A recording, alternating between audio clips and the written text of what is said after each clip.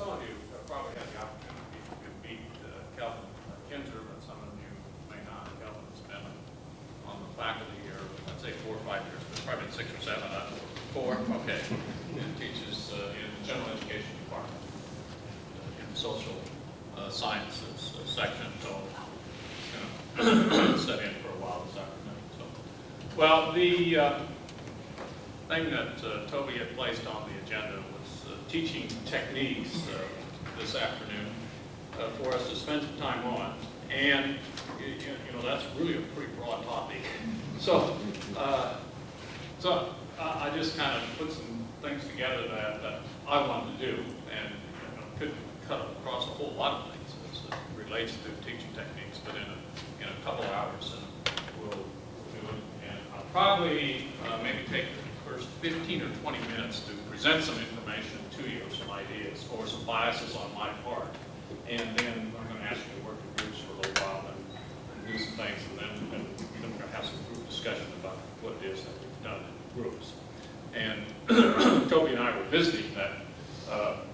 So far, I guess this represents the 3rd day that you've been in this activity, and I know it takes a lot of time and probably a lot of sticking to it, but particularly for the new people, some of you have been here a little bit longer, just in terms of getting you around, getting you introduced. We need some feedback from you, but once classes get started, you just tend to get in your area, I think, or tend to get in your department, and don't get an opportunity oftentimes to even though a year later, you're still saying, people are still saying, well, you know, I didn't get a chance to meet this person, or I didn't know what was going on. So we'll see how this has gone, and we're certainly open to suggestions and want to encourage that. The other thing is I thought about this, and is that the basic assumption, and I've got a couple of overheads that I want to go through, is that any type of in-service or professional development that we do for faculty and staff at the institution needs to be directed toward improving learning for students. That's, if you just cut through everything, we can talk about a whole lot of things, but the primary objective is improve learning for students. Allow students to do a better job. So that's kind of the way that I'm approaching this, and again, let me say that it does reflect some of my biases, I guess, in terms of how I think that happens. The other thing is, I'm not going to have any discussion as it relates to utilization of technology or PowerPoint. I'm doing this more from the philosophical or the organizational level, and then when you think about how to deliver, then you look for the resources that do that. So, and some of you probably had all kinds of classes on this, and probably ought to be doing this instead of me, but that's just the way it is sometimes. I wanted to start with some things here that I've kind of shaped over the years. And this one is that,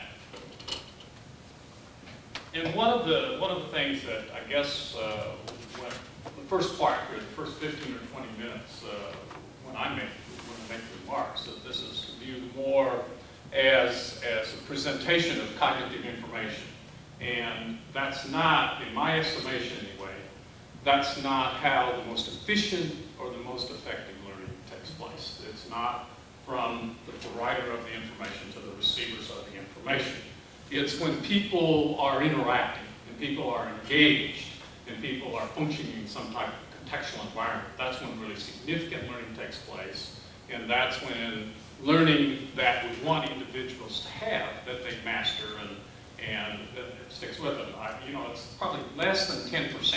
You've read statistics, and I've read statistics in terms of when we lecture to people or when we provide them cognitive kinds of information that the students remember and process and actually do something with, unless that's closely related to some type of interactive activity on the part of students, that a 50-minute or a 55-minute lecture in terms of thinking and feeling that has a really long-term significant impact on changing the behavior of the students it doesn't happen. So one of my thoughts is that we need to think about that it's fundamental It's just that learning is interaction among and between people in a situation designed for learning. Now, there's lots of other kinds of interaction that take place, but what we're talking about is that interaction that's in the learning environment. The other thing then, when I think about this, is that a faculty member that wants to or desires to improve the learning experiences for students, they have to direct their attention toward those patterns of how they interact with people. That if we want to change the way that we're going to relate to students, then we have to direct our attention to the way that we interact with people. And so, but then the next thing that I think is important, I feel very strongly about, is that there's not a single pattern of what is the best teacher, or there's not a single way of what is the best learning. That there are multiple approaches, and they're all equally good. And that they need to fit what you know about the learner. They need to fit what you know about yourself. Because some of us have different types of personalities, some of us have different ways of presenting materials, and that each individual faculty member ought to be encouraged, ought to be supported to develop learning in a way that best fits the students they have. You need to know a lot about your students, and then you need to know a great deal about yourself. And that don't look at somebody and model yourself and say, I want to be like him or her. More than likely, you can't be like him or her. And when you try to be like that, you're trying to put a square peg in a round hole that doesn't really fit. But be comfortable and be confident that all of us are just a little bit different, and there's a different way to do things, and that faculty people, you want to exercise that freedom. You must exercise that freedom, in fact, and say that there are some good principles, and there are some good understandings, and there's some good fundamentals that are important for us to master. But don't try to do just exactly what someone else does. You know, we all have that. I probably that model, that grade school teacher, that was the best teacher I ever had. Most of us, you know, and obviously we've had a lot of good faculty people, but we can't be just exactly like that person. And that when faculty want to improve their behavior or the way that they deliver learning, that it has to come from within. It has to come from with you as an individual. And that, you know, and so I'm really ambivalent, to tell you the truth, but just because it's part of the structure. Faculty evaluation by supervisors, or the principal walking into the classroom for 15 minutes or 20 minutes or 30 and observing the faculty member and thinking that that makes a difference in the way that a faculty person teaches or presents information or engages students in learning. I don't think that makes any difference. I think it creates more of an adversarial situation than a positive situation.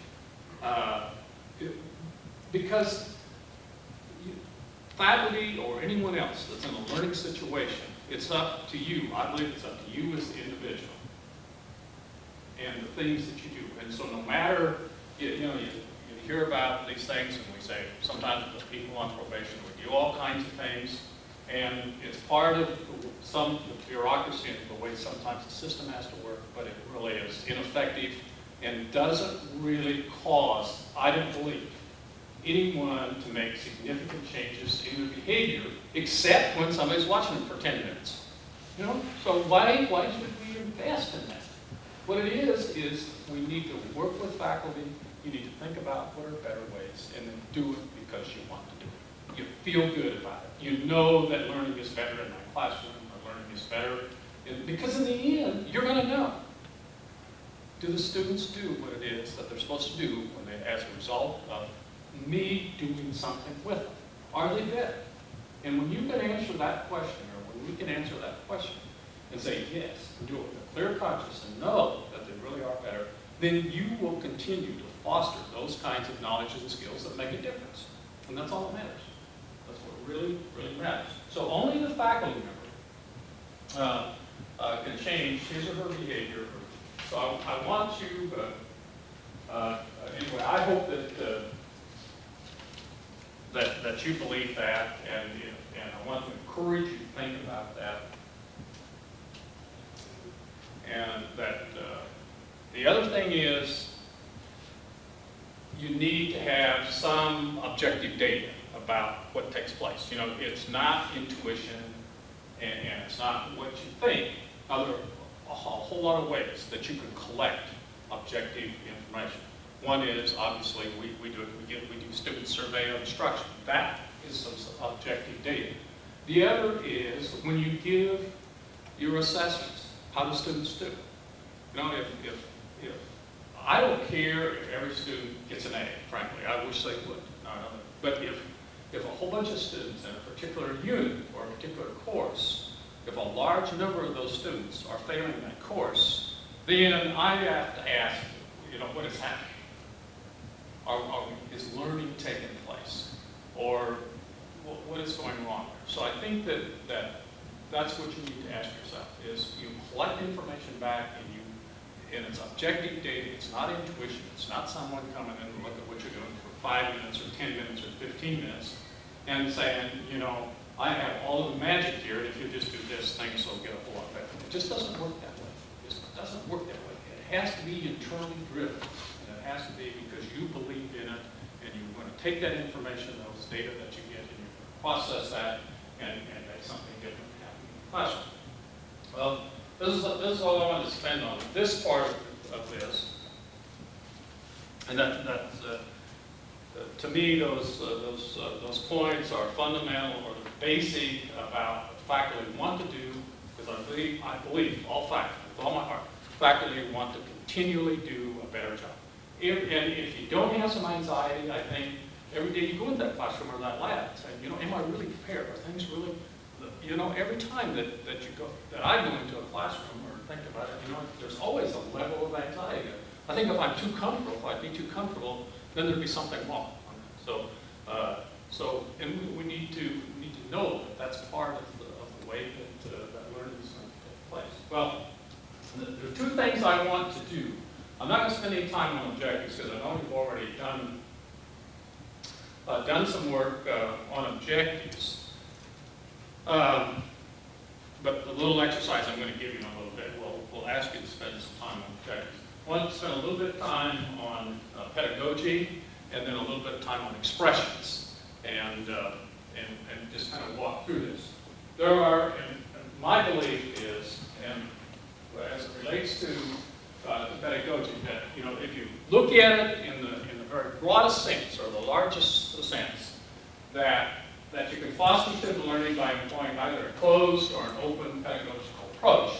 And it doesn't, I'm not saying one's bad and one's good. I just say that there's two approaches. There's a closed approach and there's the open approach. And we can debate those, but and we're going to take a look at some examples of them here in just a little bit. But what, in your mind, what would be some examples of a closed approach in terms of pedagogy that you or someone else might employ in the classroom setting?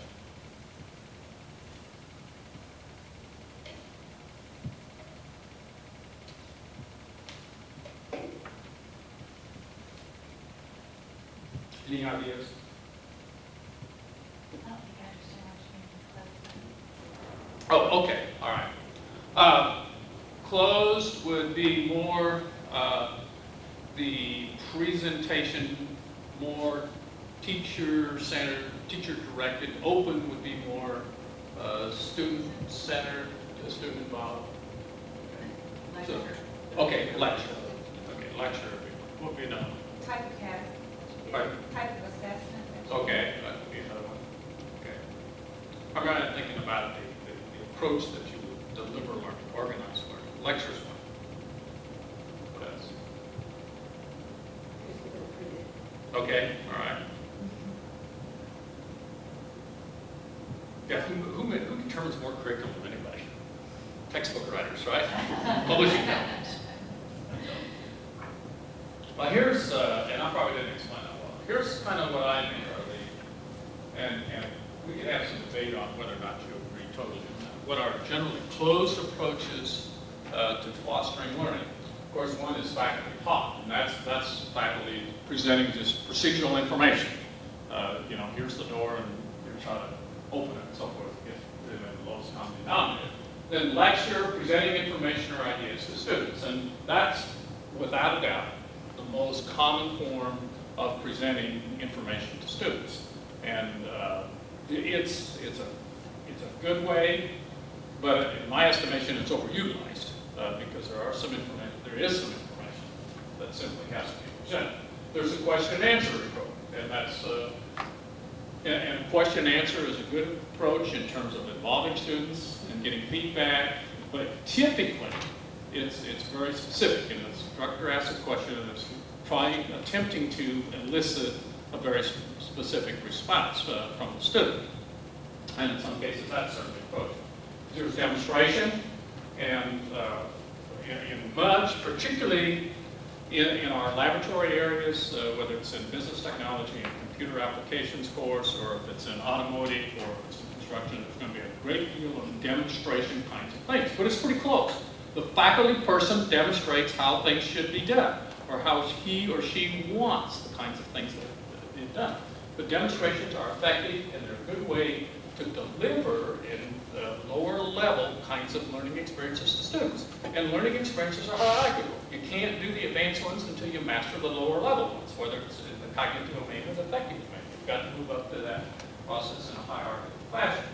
Direction positively assigns, tells all the students to respond either as a group or individually. And then finally, mastery, drill and practice. There's a great deal of drill and practice, and probably that's maybe more prevalent sometimes in elementary school than it is in some areas. But those are what I think of in terms of closed types of teaching methods.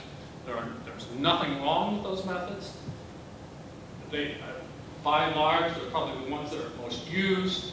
In my judgment, I just want to make it real clear, in my judgment, they're overutilized though. One is, they're the easiest to do. They're the quickest to do. They're the ones that we're the most familiar with. They're the ones that the publishing companies and other providers of information have generally designed the whatever it is that we're going to purchase in terms of the product. But they have a limit in terms of their effectiveness, in my estimation, that they go so far, and that is not far enough in our type of institution. That is not far enough in our type of institution. We cannot make, in the end, high performers, highly skilled people, if we employ totally the closed teaching methods. But I also want to make it clear that you must use some of the closed teaching methods. You can't get there from here if you don't, probably. There may be one, I'm not saying, but there's nothing wrong with them.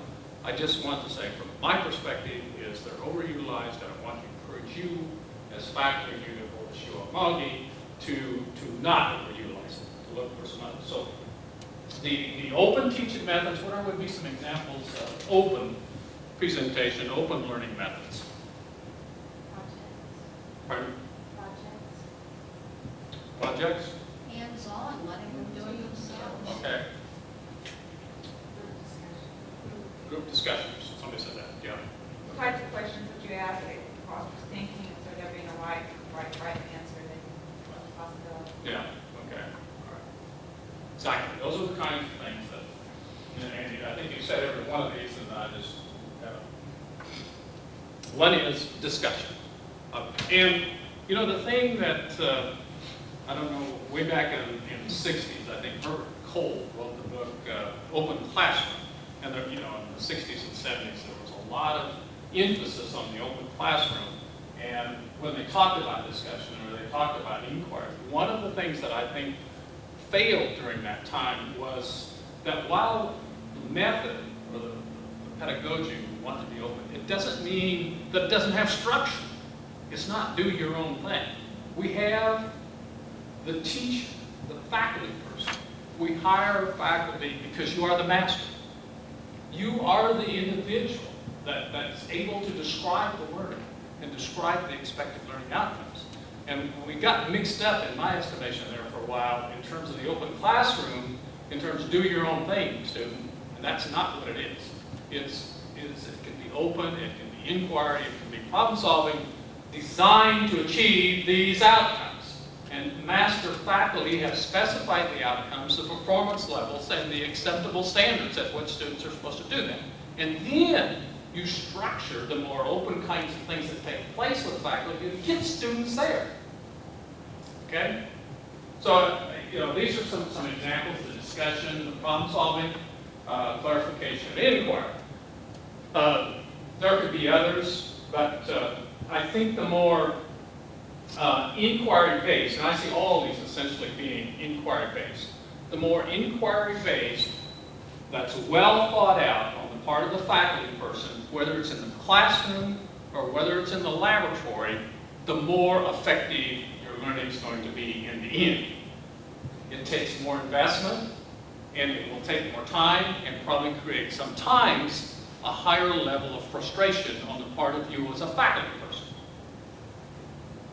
And the other thing that it does, what does it say to us as we employ more of these types of methods? What's it say about our assessment? About how we assess student learning? Well, it says a lot, but what are some of the things it says? Okay, the higher level. And so if you say it's going to be at a higher level, then how are you going to do that?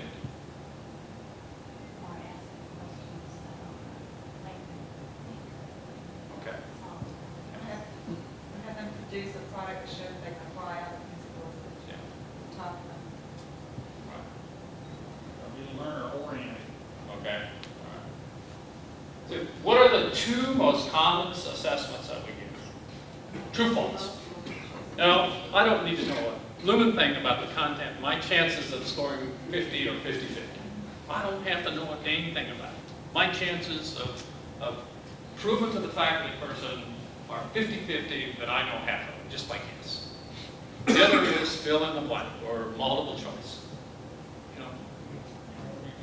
They don't tell, those, if I could say thou shall not in terms of faculty at OSU Okmulgee, we would have no true false test, because I don't think they tell us anything that's worthwhile. I don't think they measure anything that's worthwhile.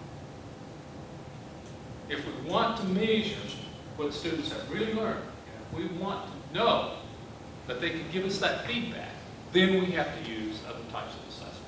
Other types of assessment take more time to construct, they take more time to evaluate. There's a whole lot of things in there. But assessment, the information you get as a faculty person for assessment is learning. And assessment ought to be a learning experience. It must be a learning experience for students. And you get that feedback and you turn right around and use that in what it is that you're doing in your classroom, in your laboratory. And it's not, 75%. What is 75%, passing grade or whatever it is, 70 or 80, I don't know, on a true false, tell you about the prerequisites, knowledge and skills that the student has to go on the next one. It just tells you, in my estimation, they knew how to do that true false test. It doesn't tell you one thing about what their knowledge really is or what their skills really are. Okay, well, I want to spend just a little bit of time on that because I'm going to ask you as we get into the exercise. And again, I'm not saying that open is better than closed because you need them both. You have to have both. Your judgment call is when to employ it and to what extent to employ it. And my encouragement or my message to you is to work toward using the closed less and the open more, particularly in terms of what it is that we want to accomplish in this institution with the knowledge and skills and attitudes that we want students to have when they leave this institution. Okay, and so in terms of the pedagogy, I didn't say because you have to make a fundamental decision how I'm going to organize this learning, how this learning is going to be students. Then you decide, I know you've had a session on PowerPoint, you've had a session on what else, but you've had some sessions on technology and using the computer. Then you look at that. Technology does not drive how you deliver learning. Technology, you say, these are the things that I want to accomplish. I want students to solve these kinds of problems. And then you say, I can pull the computer in, or I can pull this device in, and that will help me deliver that learning. And it doesn't diminish the role of the faculty person. It increases the role of the faculty person. Because we've got so much more to do. We've got so much more information. We've got so many more experiences. And what we have to do is take advantage of those kinds of tools that are out there to get that done, and to keep students engaged, and to keep moving forward, to reinforce them, to allow them to do, go back and check, and drill and mesh, and all those kinds of things. So, you know, once in a while I hear faculty say that they're concerned that the computer or technology is going to take the place of the faculty person. It creates need for more faculty done properly. It doesn't diminish the role of faculty at all. It creates the need for more, better learning. So we have so much more to do. Any other questions or comments?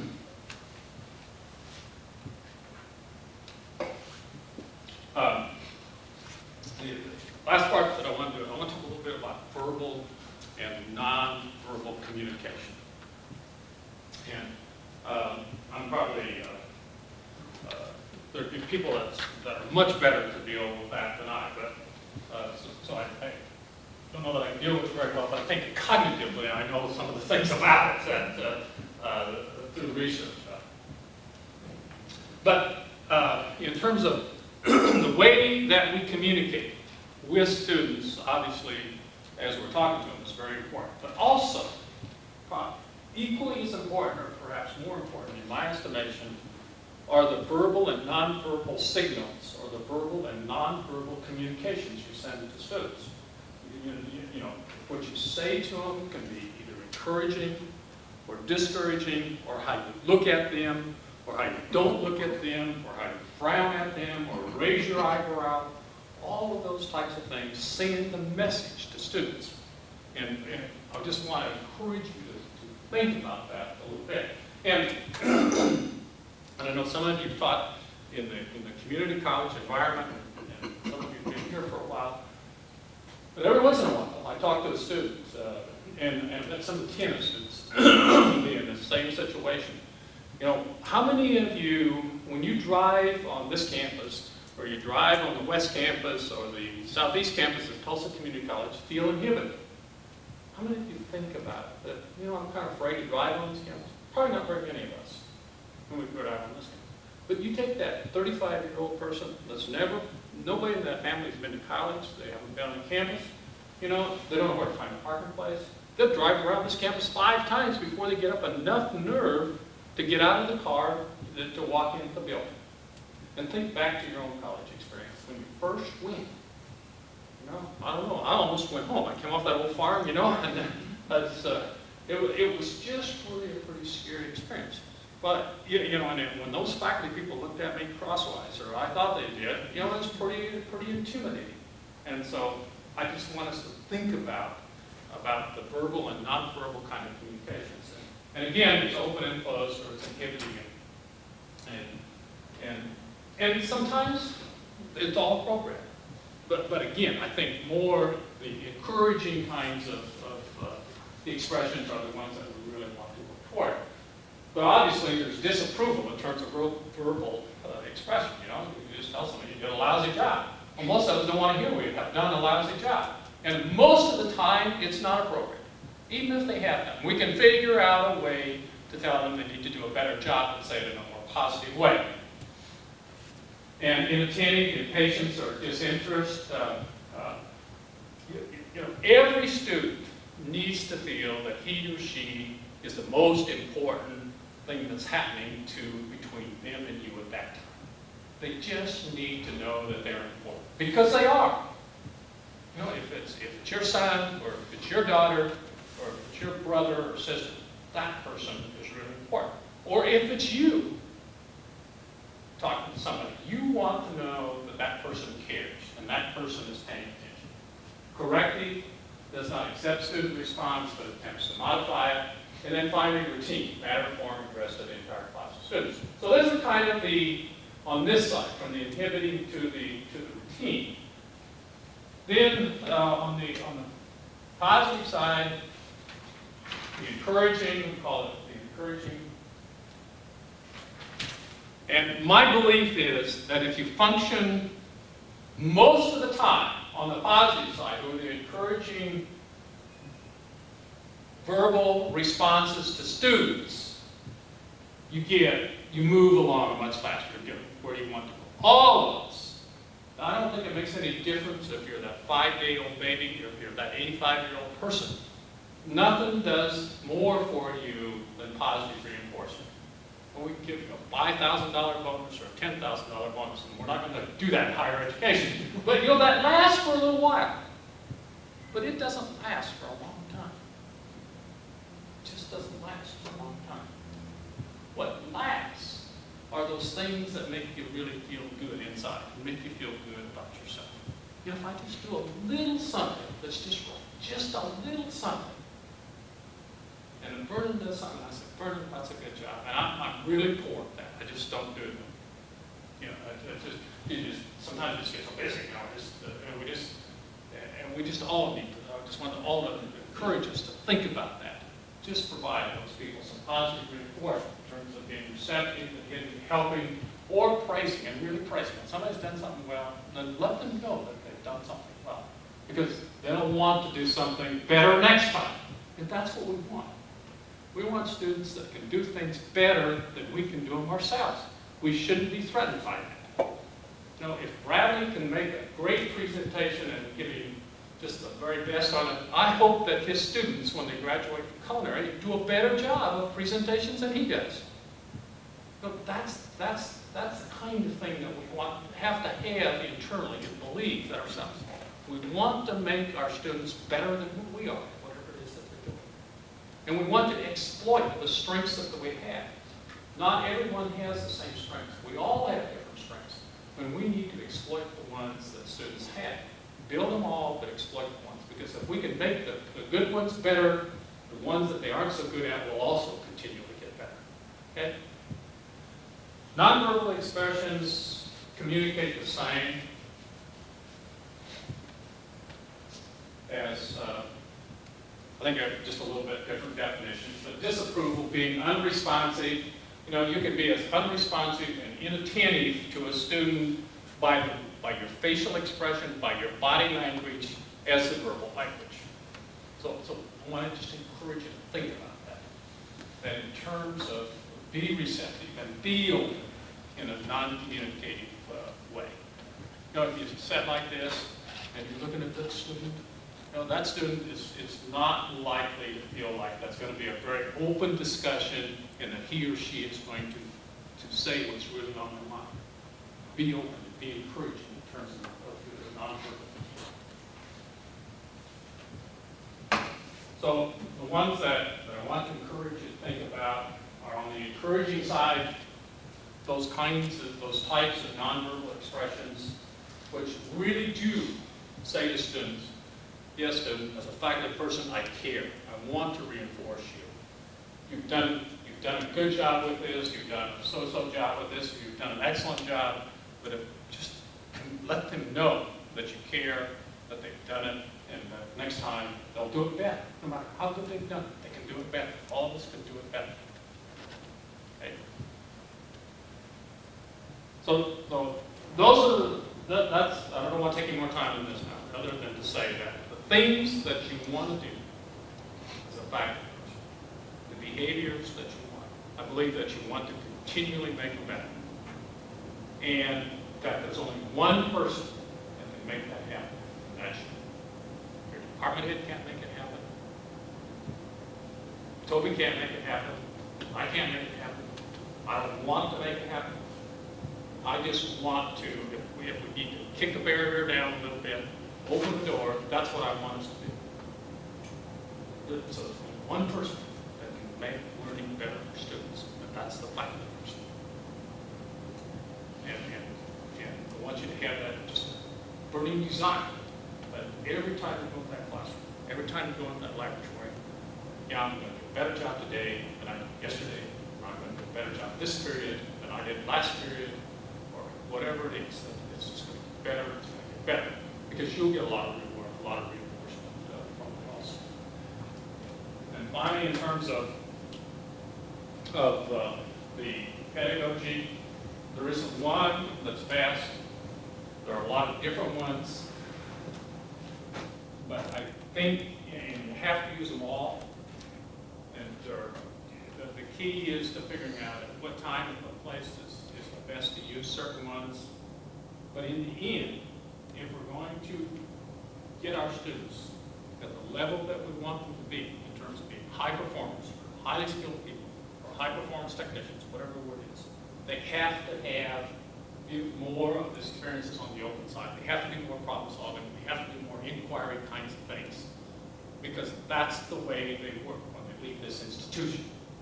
People don't go to work at a place of employment and hang their brains out the door when they go in, and go in and just do something for 8 hours and pick their brains up on the way out. They don't work by themselves. They work in groups. They solve problems. They produce products. They provide services.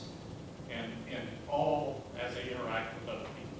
It doesn't make any difference what the field is. And then finally, the signals that you send to students, verbally or non-verbally, sometimes it's appropriate. You have to correct students, but I want to encourage you to be more on the encouraging side and consciously think about that. And sometimes you have a long day and a whole lot of things, that it is more difficult. Okay, I've got a little exercise here, and Toby and I'll just kind of come around and help you, and you probably need any help. Take 30 minutes or so, work on that exercise, and it's just a little sheet of paper you just fill out as you go through it. And then, when everybody's kind of through it, we'll just come back and talk about it, okay? And so that there's a lot of things I believe about learning and learning how to take place, and it ought to be more multidisciplinary and not focused on a specific discipline, those kinds of things. I'm just going to go 1, 2, 3, and the ones will get in the group, 2s, and that way we'll have it mixed up and we won't have certain groups. So 1, 2, 3, 1, 2, 3, 1, 2, 3, 1, 2, 3. Calvin, we're glad you came. Come out. All right. And so I think if you can just get the table and the table, just kind of work through this. And I did this package kind of Sunday, I guess, and I didn't quite fit all. I think you can follow up, but I'm going to put everything that I wanted the response to in italics, and I didn't quite but you're called creative. My assumption was there's no right or wrong. This is just for discussion and hopefully stimulate some thought. Is maybe group 1, you kind of just tell us what your goal was, what your objective, and kind of just share some of your ideas with the rest of the group. And it's for sharing purposes, not to evaluate, just to share and to give people some other ideas. And it's kind of interesting to see what you've got. So, whomever, all of it, whomever.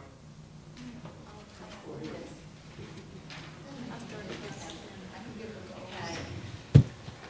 We start with the goal. Oh, yeah. Go through those. Okay. Why should the concerns of learners be identified as part of the process?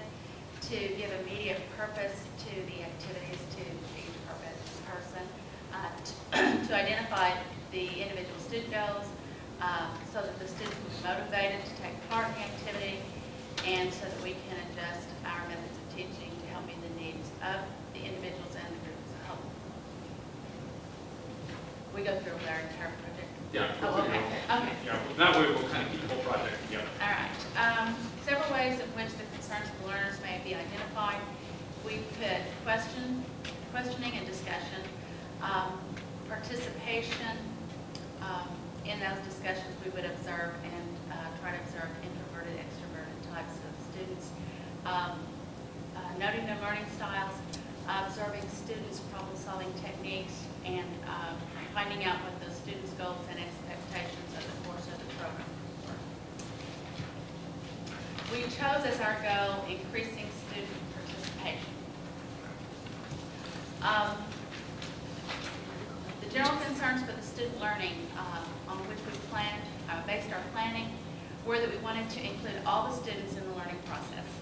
And we wanted every student to feel successful and to feel that achievement as soon in the classroom as possible, so that the students would reach a comfort level and some trust, develop a bonding process, and therefore, as a group, they could absorb more than they could individually.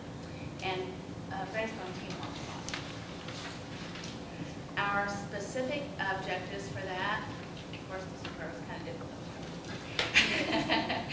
We wanted the learner to assist each other in problem-solving situations, relate to group members and their needs, interact in a group setting by offering suggestions and opinions, learn to make decisions based on the group's goals, suggestions, opinions, exhibit some leadership within the group, and enhance listening and oral communication skills. I think that's the end of that. Okay, then there were some, why must objectives be written in specific performance terms? And we thought about those things. Went back and redid our objectives a little bit. Okay, analyzing the task established in the learning objective. List some of the prerequisites, skills, knowledges, and attitudes that the learners must have in order to perform the task stated in the objective. We thought that these learners must have in order to be able to increase that student participation. They need to have positive attitudes, ability to get along in a group, some organizational skills, listening and oral communication skills, basic knowledge of the task that they're going to do, desire to learn, and the ability to share credit for the job that they've done as a whole. Which do they presently possess? Probably. We're hoping they have a desire to learn. They're there. We hope they have some listening and oral communication skills, and we realize that the levels of those skills as well as the levels of interpersonal skills are going to vary, but they'll all have some level of those. Suggest some ways in which you might make a more accurate assessment of what they already know. Some kind of pre-assessment in any type of method, observation, written, oral, discussion, those types of things. In general, what do they need to know about the learner relative to the learning objective? And we wanted to know where our starting point was with that particular. What are some ways in which the planner can find where that starting point is? And we put written exercises, question answers, one-on-one interviews, group discussions. Glean that information from the assessment center and observation. And what generalization can we make on the status of learners was that everyone would be different.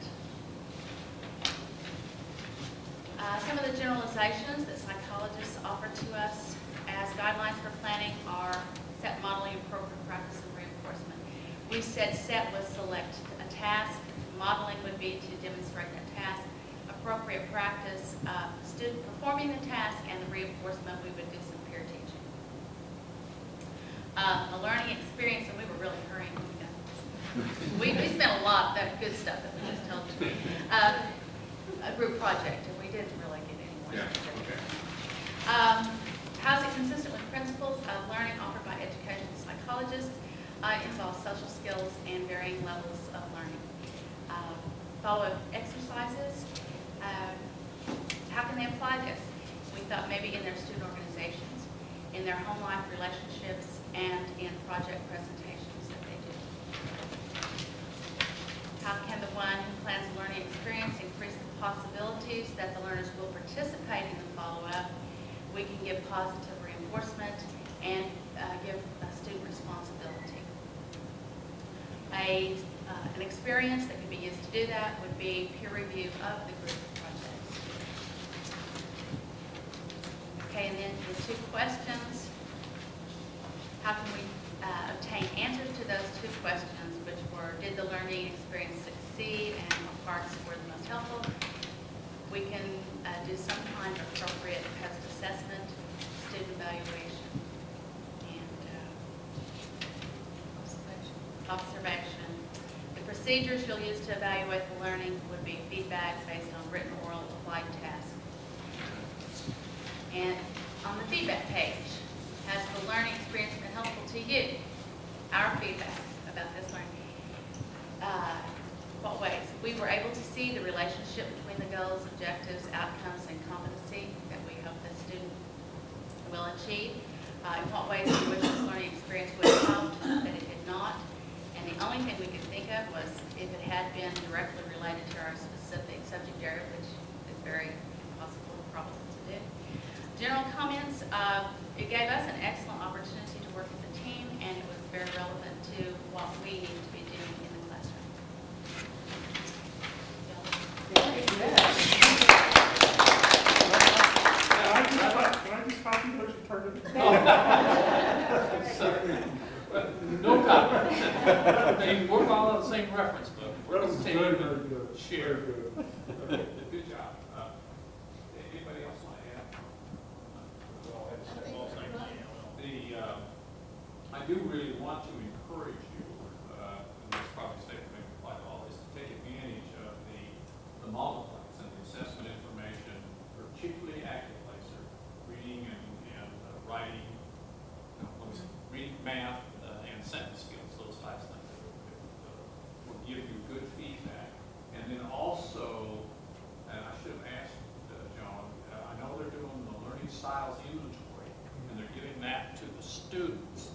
We had hoped to be able to give that to the faculty person. There was some question, and so I know she submitted that to legal counsel to make sure. I can't imagine why it isn't okay to give it to students, or to give it to faculty people, so that you will get some information about each student in terms of his or her learning style. Where it isn't to say that that's the only, it's to say here's another piece of data about, here are some other data about students, and this is the learning style inventory. And and I think you can glance at it quickly for a group of 15 or 20 students, and then it'll take a little bit of a while. It's like anything else, it'll take a while to develop the skills to look at it quickly. But and so the learning curve will be a little stiffer up front. But I think the investment, once you get that will also help you with students. But you need to know that students are reading at the 7th grade level, and the textbook is at the 12th grade level. There's a big gap there, and you know it. And or if their sentence structure or the math skills, you want to make sure that you get that kind of information, because in some cases we can't expect students to do that work if they don't have basic skills. Doesn't mean they aren't capable. Doesn't mean they can't get them. It's just that they may be not placed for it. So, is this group 2 or 3? 3? Okay, 3. We'll go 1, 3. It's going to give us free information. I'll do it. Okay. Okay. Goals, basic assumptions and goals for any student learner activity based on concern felt by the learner. Okay. We felt that ownership was very important for the learner, because when they have ownership in something, of course they've got the need for it. Another aspect we considered was value. Why should they be learning it? Motivation. And also we talked about the improvement of the process, feedback in that area. Within our group, we made a list of several ways in which the concerns of the learner may be identified: survey, interview, pre-test, general expressions of interest, perhaps personal experiences, personal linkage to the subject matter. And also we mentioned the examination of the learning styles, assessments. Okay, student learning, choose a goal. We chose, as group 1 did, increasing student participation.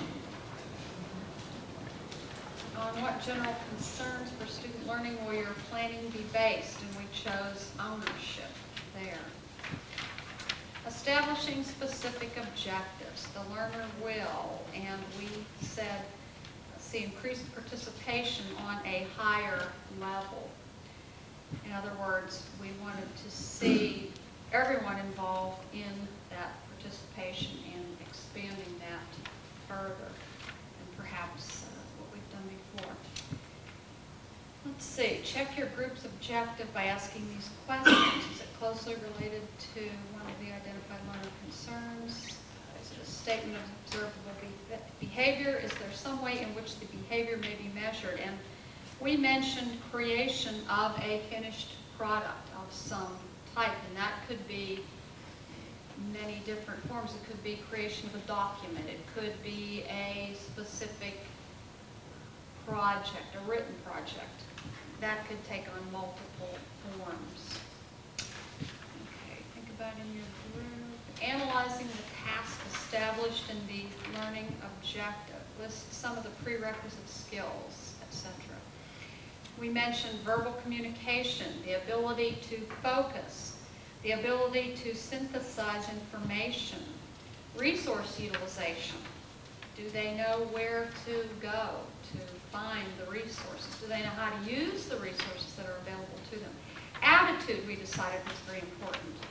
Self-confidence, and we added a number 7 here. We also put in their skill as it translates to interpersonal relations. Assessing the learner's status. Which of the following attitude skills does the learner presently possess? Well, we said that we had no way of knowing this besides the fact information we had been provided for in terms of their learning styles, things of that nature.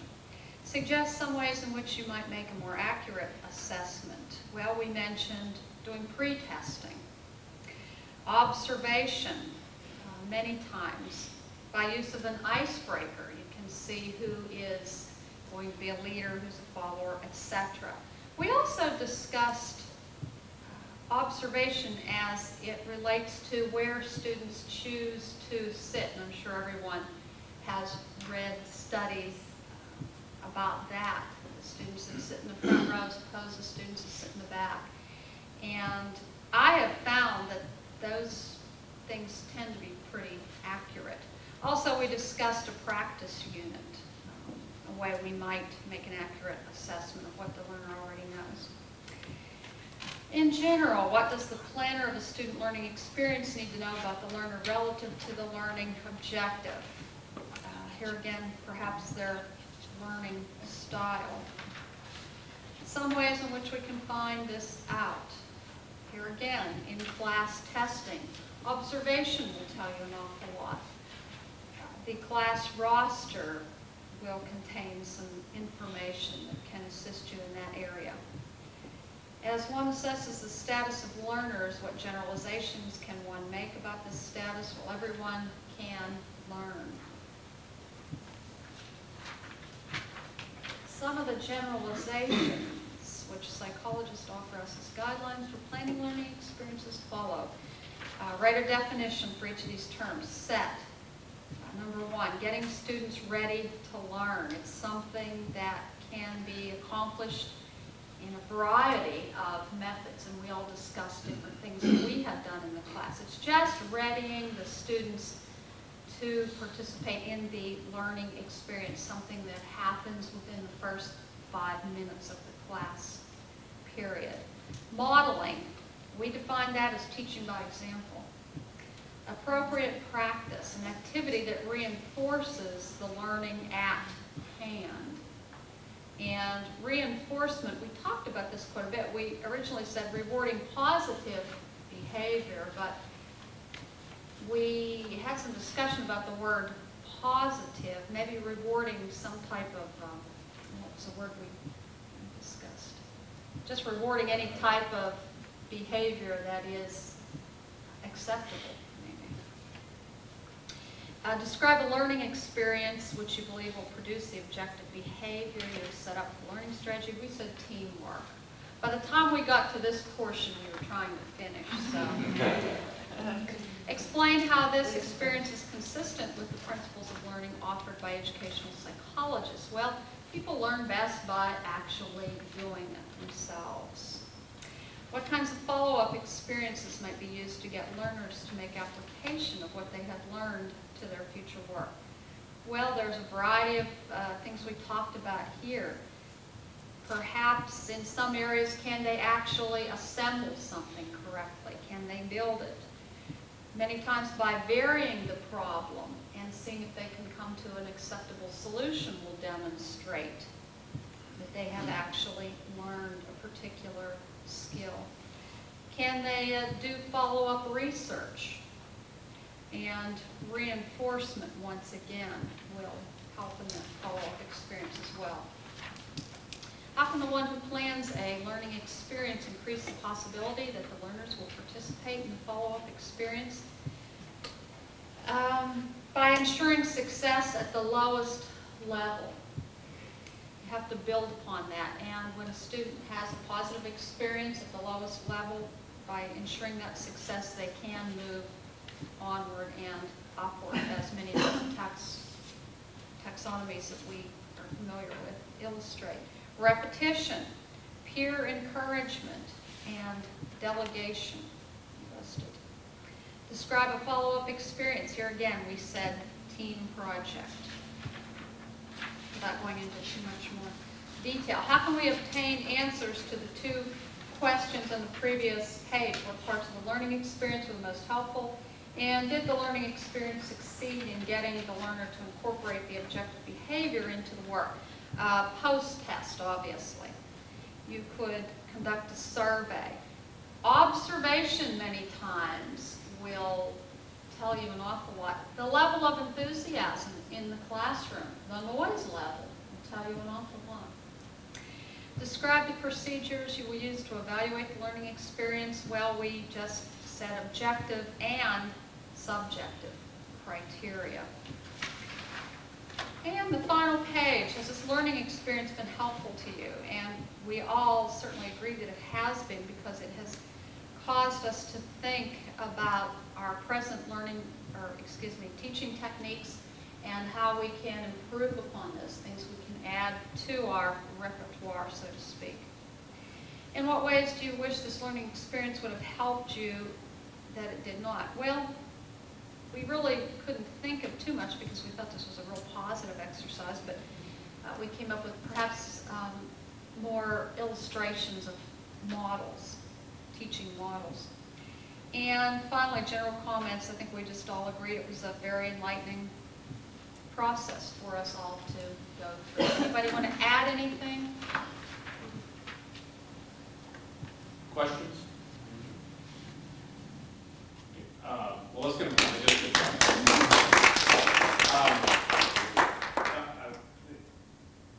I think that I just want to comment on set and closure. Because many of us have gone to, as I went through college, you went to class and the professor said, opened the book and said, well, this is where we take up here, this is where we left off yesterday, page 34, paragraph 3 or something. And I think it's really important to establish that psychological set every day, and and a unit is different than continuing from one day to the next, and regardless of whether the situation is, but making sure that students are prepared and they understand the context in terms of what it is that you're doing and how that relates to what's going to happen. And I think sometimes that may only take a minute or 2 minutes or 3 minutes, but establishing set, the preparation is critical, but also then closure. And a lot of us have that experience. The bell rings, everybody gets, and we don't have bells, but it's the same thing. The clock hits the magic minute, and everybody just gets up and walks out. I just really want to encourage you, whether it's in the classroom or the laboratory, before the students are dismissed, to review what has been accomplished that day, and then to set the stage for what's going to be next. So that that way you're always establishing set, you're bringing closure, you're saying this is what's going to happen next, and keep that connection going. And rather than just opening the page and starting, and when the bell rings, just leaving, because then you get feedback, and you certainly don't have that synthesizing effect that as a master faculty person you can bring to students. And so it takes a little bit of time, but I really think that investment and one that will pay good dividends for you as you move through. Okay, group two. Okay, if you don't mind, I'm going to kind of do sort of a narrative Okay. sort of way. And believe me, we did almost as many questions as you all did. And we came up with a lot of the same answers. So I'll highlight some of the things we talked about. We did decide that one of the concerns was the student was going to ask this question, is it going to be worth it for me? What, why do I need to do this? And as long as they have a vested interest, they're going to increase their participation. So as a result, we wanted to increase student participation also. And we took a specific objective, and you can apply it whether you're looking for a job, working on an automobile, writing an essay, or cooking. And we took the cooking example. And our specific objective was the learner will produce a good hollandaise sauce by following a design procedure which passes the taste, texture, and I didn't get the last taste, texture. Okay, anyway, there are a set of criteria, that the student can measure and say, yes, this is a good hollandaise sauce, or no, it is not. And in order for the student to do that, you have to look at pre-test, post-test kind of thing. What are some prerequisite skills? And what we decided is the student needs to know how eggs act and interact with other ingredients, temperature, and those sorts of things. They need to know how to measure ingredients. They need to know how to blend. They need to know what happens when they get the order of the ingredients mixed up. It could change a hollandaise sauce and turn it from a good one to a bad one. So how do you do this? Well, you throw them into the kitchen and say, here are the ingredients, and you let them do a pre-test, produce a hollandaise sauce, sort of trial and error, and then you learn what they don't know. You know what they know and what they don't know. And so that's real valuable. And otherwise, find this out, like you all, questionnaires, interviews, discussions, and those sorts of things. And we had pretty much the same definitions. We didn't quite think mindset. We talked about it being mindset, then we were thinking of setting.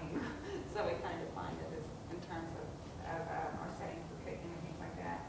But a learning experience that you believe will produce objective behavior, you set up for the learning strategy you're developing.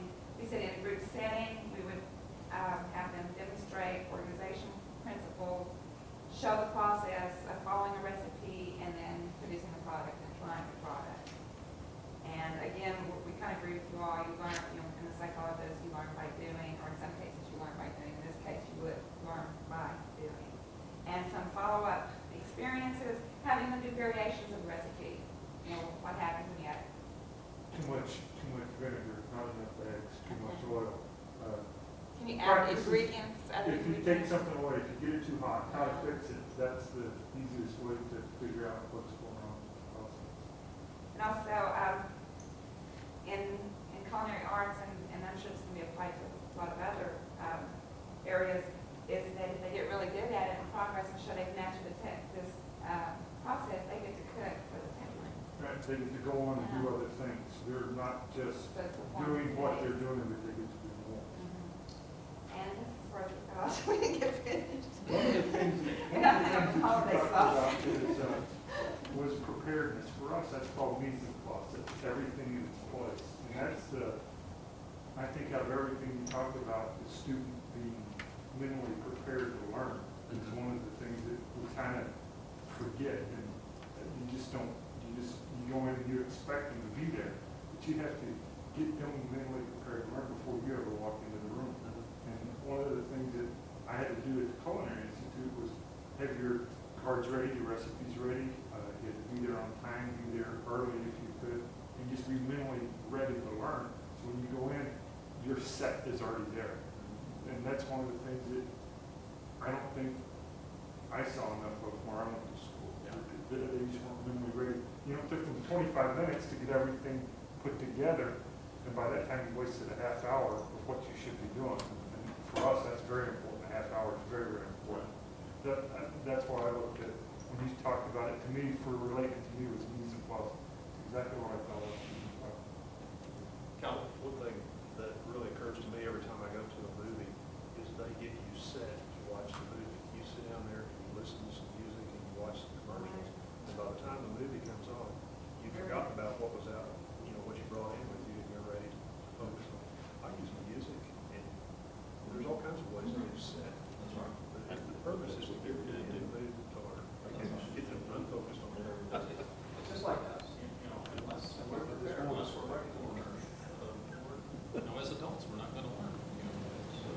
Good. So that's a good point. Let's see, I was going to say, forgot what I was going to say there. You stimulated something that I was thinking about. Okay, anything else that somebody wants to add though? It's hard to apply the questions that were asked on a generalization. For me, it was very hard, because that's, I just didn't understand the other parts of it for other parts of the department, other than that. Any other comments? Well, let's give this group a hand. So I want to know if the other three can do holiday songs. You're talking to a lot too, right? No, but they can tell you if it's good or not. Well, maybe we can all practice and we can go as an intern with Brad up in Durango this Christmas season and Anytime. yeah. So good. The thing that just a couple comments is when we talked about the measurement of objectives and I want to encourage you also to, as you think about affective objectives or things that deal with attitude and kinds of things, that there is easy to measure, in my estimation, are those that are psychomotor or those that are cognitive. It may not be as absolute in terms of measuring the progress that we make in the affective domain. Certainly we need to be conscious about measuring the kinds of things or observing, unobtrusively observing the kinds of behaviors that we see as it relates to the affective objectives or the way that we want to impact students. And because, when you think about what employers want now, it's that attitude, that learning to learn, those types of things. And we need to, and you can't tell somebody, you can tell them, to be on your good behavior kind of, but what really counts is when it's in an unobtrusive way, are they doing those kinds of things that get along well with people and are willing to share ideas and so on. So I think you can measure that, and I want to encourage you to have those as part of your things that you're working with this year. Because Steve, in your area, more and more of Keith, the customer wants to talk to the technician that's working on his or her. It's not so much the service manager. There isn't all that layers of people. And once they get identified with a good technician, when they're taking their Nissan or taking their Ford in, they're going to ask for Steve if he does a good job, and they want to talk to him. And when they're paying $50 an hour, they want to have lots of confidence in that person that they're doing the job. So those are kind of important kinds of things that we need to make sure that our students get. So, well, we're past time. And I want to thank you all for participating, because you really did participate. And, this is probably something we ought to do 3 or 4 hours. But you probably get real tired of me doing it also. But it takes time, and I know a lot of it probably was redundant of what you've already done, but I think if we just continue to reinforce and continue to think about it in a multidisciplinary way, we've got culinary and we've got ethics and English and all this, because that's what students need. They need all that information, all those skills simultaneously. That they do that when they go out. If you're talking about the recipe and you're talking about placing so many ingredients in it, there's some mathematics there and some other types of things and some cultural kinds of things that are different. Some writing skills and keeping track of that. So, and some problem-solving skills. All of that fits together, and it's not an isolated kind of thing. So, anyway, the pedagogy, if you think about how it is that you're going to organize learning, because that's fundamental of how you're going to organize it. Then how you actually end up delivering it, and whether or not you use technology or you do it all on your own, then that enhances, that supports. But if you think, in my estimation, if you say, I'm going to deliver this learning using the computer, or I'm going to deliver this learning doing this, then that's just the wrong approach, at least in my estimation. The more fundamental question is how can I best accomplish this based on my personality, based on the skills that I have? And then you say, if I can best accomplish this using certain types of aids, then that's what you ought to use. Not saying I got those aids in my classroom and I must use them to deliver learning, because it may or may not fit. And so then You know, and I don't expect people, because I don't want you, I want you to be clear about what your goals and objectives are and thinking about your learning activities. But I don't get it so, I don't know, mayorized or spend so much time writing those goals and objectives that you don't get anything else done, you know, because you can really overdo that. But if you've got that in your head about, I want and know that these students, there are certain outcomes that I want, and we're going to be able to measure those outcomes and that they are significant, then that will happen. So, you know, it's just kind of a balance, and it's an intuitive balance in terms of how much time you invest in that and how much time you're thinking about getting that learning activity in place. And then how you relate to students is really important. And it's just important, you know, if you can come to work every day saying, boy, it's a great day and it's going to be better than yesterday, your students will respond to that. But when those people that go to work and say, you know, damn, I wish I wasn't here, someplace else, that's the way the students, and so we can't expect students to get really engaged and be positive about it if those are the kinds of verbal and nonverbal communications and signals that we send students. So, okay, well, I'm way past my time. You're just right. Can I relate a quick story? We're already late, but this is something happened. So this was kind of neat. I was over in the Noble Center, and I was coming over at noon for the luncheon and walking through the building, which was largely deserted. And a student in his backpack, and he had his schedule in his hand, came up to me and said, "Excuse me, where's everybody at?" And I said, "Well, it's between semesters right now, and some people are on vacation, some people are at lunch, etc." And he said, "But classes start today." I said, "No, they start September 3rd. And he was so excited. He's a culinary arts student. And he was so excited. He said, "Oh," I said, I can't believe it. I can't wait to get started." And I walked with him across the area here over to the going over luncheon. It was just nice to see that type of enthusiasm, and he can't wait to get to your apartment. So I think You're it's excited, right? Well, again, Calvin, thanks for coming. Thank you. Thanks for letting me Been come. here for a while, and then Vern and Frank, and so all of you that have a little bit more experience. And again, I think that you've been around. Those are probably I've been around here for 14 years, and there's still places on this campus I haven't been, and it's not that big a campus compared to lots of others. But you know, it's just difficult, and so just make this be your home away from home. And I want you to feel that. Okay, thank you very much. We have